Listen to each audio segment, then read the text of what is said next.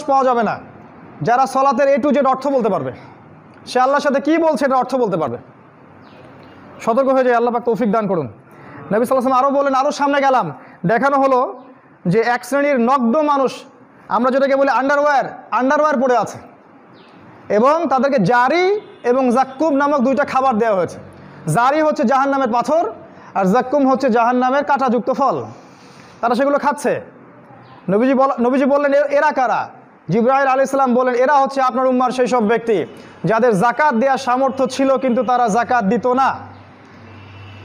আমি আবার বলছি, তারা আপনার উম্মার সেই সব ব্যক্তি যাদের জাকাত দেওয়ার সামর্থ্য ছিল কিন্তু তারা জাকাত আদায় করত না। নবী সাল্লাল্লাহু আলাইহি ওয়াসাল্লাম দেখলেন আরও এক শ্রেণীর মানুষ যারা লাকড়ি জড়ো করছে, কাঠের লাকড়ি, অনেকগুলো লাকড়ি জড়ো করছে কিন্তু তারা বোঝা বহন করতে পারছে না। নবীজি বলে, এরা কারা? তাকে বলা হলো, এরা আপনার উম্মার সেই সব ব্যক্তি যারা দায়িত্ব পালন করতে পারতো না কিন্তু দায়িত্ব তাদের কাঁধে নিত।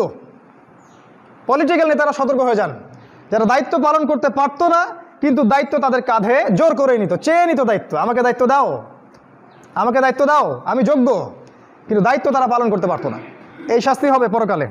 নবীজি দেখলেন এক শ্রেণীর মানুষের জিহ্বা আগুনের কেচি দিয়ে কেটে দেওয়া হচ্ছে এবং জিহ্বার বাকি অংশ টেনে পিঠের পিছনে পেরেক দিয়ে লাগিয়ে দেওয়া হচ্ছে।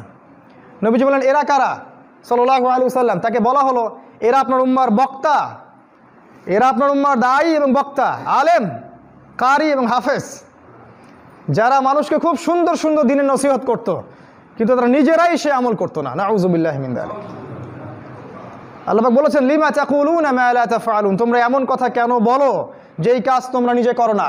আজকের এই উম্মার, আমাদের এই জাতির সবচেয়ে বড় সমস্যা, আমরা এমন এক শ্রেণীর ওলামায়ে কেরাম তৈরি করতে পারে নাই যারা কথা এবং কাজে মিল আছে। কথা এবং কাজে 100% মিল থাকলেই সে আলেম, কথা এবং জানা এবং আমলে 100% মিল থাকবে সে একজন আলেম। মিল নাই, আলেম নন, বরং তাদের এই শাস্তি হবে কিয়ামতের মাঠে। নবীজি আরও দেখলেন একটা দুর্গন্ধ বের হচ্ছে। জিজ্ঞাসা করা হলো, কোন দুর্গন্ধ? তাকে বলা হলো, এটা জাহান্নামের রক্ত পুজের দুর্গন্ধ। তারপর একটু পর তিনি সুগন্ধ পেলেন। জিজ্ঞাসা করলেন, এটা কিসের সুগন্ধ? নবীজিকে বলা হলো, এটা হচ্ছে ফেরাউনের স্ত্রী আসিয়ার জান্নাতের ঘরের সুগন্ধ। ফেরাউনের স্ত্রী আসিয়া জান্নাতে চলে যেতে পারেন। আজকে আমরা যারা মুসলিম পরিবারে জন্মগ্রহণ করেছি তারা জান্নাতের স্বপ্ন দেখতে পারি না। জীবনের উদ্দেশ্য থাকতে হবে সেই জান্নাত। ফেরাউনের স্ত্রীর জীবনের উদ্দেশ্য ছিল সেই জান্নাত। হাজারটা নির্যাতন সহ্য করার পরেও সে ফেরাউনের ওই জুলুম, ওই কুফর, শিরকের সামনে আত্মসমর্পণ করে নাই। আজও যদি আমরা সেইভাবে চলতে পারি, ইনশাআল্লাহ আল্লাহ পাক আমাদেরকেও সেই ফেরাউনের স্ত্রীর মতোই জান্নাত দান করুন ইনশাআল্লাহ তাআলা। এরকম অনেক ঘটনা তিনি দেখেছেন, সবগুলো বলা সম্ভব নয়। এরপর তিনি ওই বাইতুল মাকদাসে অবতরণ করেন, সেখানে সমস্ত নবী রসুলদেরকে নিয়ে তিনি সালাত আদায় করেন। সমস্ত নবী রসুলের ইমাম ছিলেন আমাদের নবী মুহাম্মদ সাল্লাল্লাহু আলাইহি ওয়াসাল্লাম। এরপর তাকে ওই সিঁড়িতে করে নিয়ে যাওয়া হয় আসমানে। প্রথম আসমানে তার সাথে দেখা হয় আদম আলাইহিস সালামের, দ্বিতীয় আসমানে দেখা হয় ঈসা আলাইহিস সালাম এবং ইয়াহইয়া আলাইহিস সালামের। এই দুজন একসাথে কেন? কারণ ইয়াহইয়া আলাইহিস সালাম সেই নবী যিনি ঈসা আলাইহিস সালামকে সার্টিফাই করেছিলেন যে এই হচ্ছে সত্যিকারের মাসিহ, এবং এই সার্টিফাই করার জন্যে ইয়াহইয়া আলাইহিস সালামকে ইহুদিরা হত্যা করেছিল। আর ঠিক একই কারণে ঈসা আলাইহিস সালামকেও কিন্তু ইহুদিরা হত্যা করার চেষ্টা করেছিল। এই জন্য আল্লাহ পাক দুজনকে একসাথে রেখেছেন। শেষ জামানাতেও আমাদের ইমামুল মাহদি তিনি ঈসা আলাইহিস সালামকে আবারও সার্টিফাই করবেন। তিনি বলবেন ইনি হচ্ছেন ঈসা আলাইহিস সালাম সত্যিকারের মাসিহ। তৃতীয় আকাশে তার সাথে দেখা হচ্ছে ইউসুফ আলাইহিস সালামের। নবীজি বলেছেন ইউসুফকে এই পৃথিবীর সৌন্দর্যের অর্ধেক দিয়ে দেওয়া হয়েছে। এত সৌন্দর্য থাকার পরেও তিনি কিন্তু জিনার ধার কাছেও যান নাই। জিনার অপবাদে, বিনা অপরাধে তিনি 12 বছর জেল খাটছেন। তারপরেও তিনি কিন্তু অন্যায়ের দিকে পা বাড়ান নাই। তার ভাইরা যখন তার সাথে গাদ্দারি করেছিল, তার সাথে খারাপ আচরণ করেছিল, তাকে কুয়ায় ফেলে দিয়েছিল, তিনি যখন পরে মিশরের মিনিস্টার হয়েছেন সেই ভাইদেরকে তিনি মাফ করে দিয়েছেন। তিনি বলেছেন লা তাসরিবা আলাইকুমুল ইয়াউম, তোমাদের উপর আমার আজকে কোনো রকমের কোনো অভিযোগ নাই, কোনো দ্বিধা এবং সংকোচ নাই। একই কথা আমাদের নবীজিও বলেছিলেন মক্কা বিজয়ের দিন যে তোমাদের সবাই আনতুমুত তুলাকা, তোমরা সবাই আজকে মুক্ত। লা তাসরিবা আলাইকুমুল ইয়াউম, তোমাদের উপর আজকে আমার কোনো রকম অভাব, অভিযোগ, কোনো হিংসা বিদ্বেষ কিছুই নাই। কিন্তু নবীজি এক শ্রেণীর মানুষকে সেদিন মাফ করেন নাই, যারা রাসূলুল্লাহ সাল্লাল্লাহু আলাইহি ওয়াসাল্লামের শানে গালি দিয়েছিল, কাব্য রচনা করেছে, গল্প উপন্যাস রচনা করেছে, নর্তকী নাচিয়েছে। আল্লাহ রসুল সাল্লাল্লাহু আলাইহি সাল্লাম মক্কা বিজয়ের দিনও এদেরকে মাফ করেন নাই। তিনি বলেছেন এদেরকে যেখানে পাবে সেখানে হত্যা করবে। আমরা কিভাবে বুঝাবো এটা কত বড় লেভেলে একটা পাপ? আল্লাহ পাক বোঝার তৌফিক দান করুন।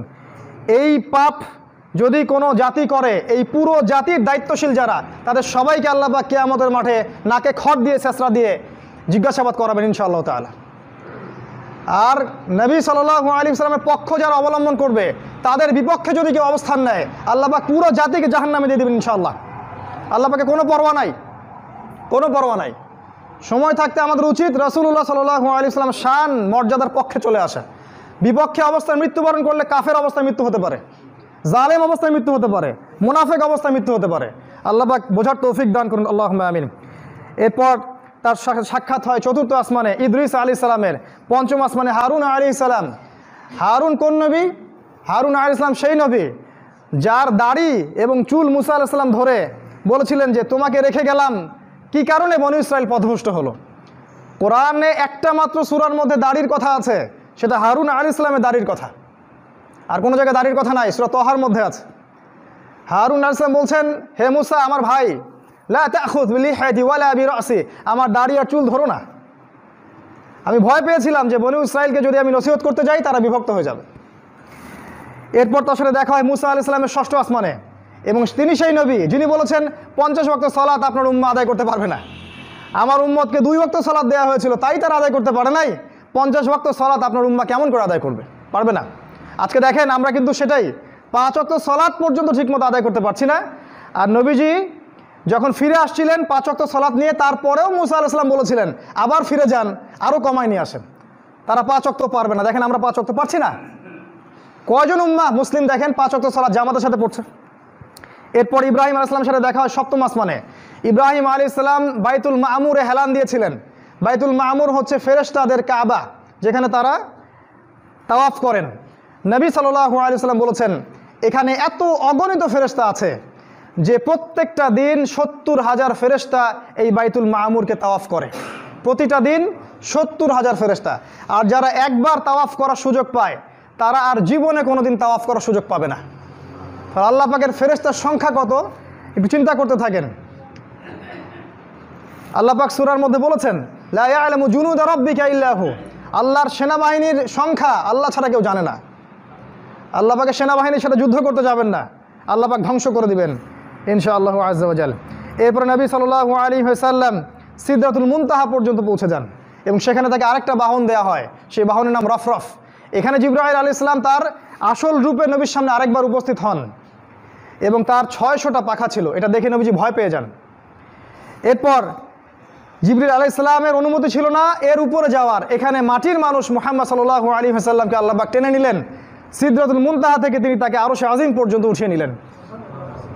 এই নবীর শানে তোমরা কটূক্তি করে থাকো, ইনি সেই নবী যার শানে তোমরা কটূক্তি করে থাকো, এবং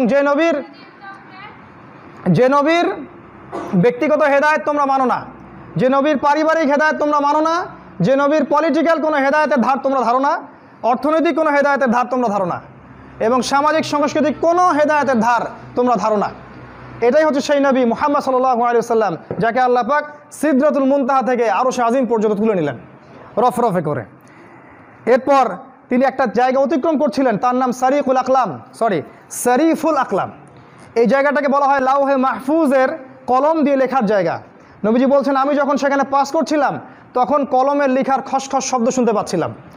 আল্লাহ পাকের হুকুম কলম লিখে নিচ্ছিল, এটা শব্দ আমি শুনতে পাচ্ছিলাম। এরপর তিনি সিদরাতুল মুনতাহায় যান। তিনি বলেন আমি সেখানে প্রচুর রং দেখেছি, এমন রং দেখেছি যেই রংগুলো আমি ব্যাখ্যা করতে পারবো না। আমি এমন শব্দ শুনেছি যেন মনে হচ্ছিল যে পাথরের উপরে শিকল দিয়ে আঘাত করা হচ্ছে। আমি এমন সব প্রজাপতি দেখেছি, এগুলো ব্যাখ্যা করতে পারবো না। এমন একটা বড়ই গাছ দেখেছি যেটা আমি ব্যাখ্যা করতে পারবো না।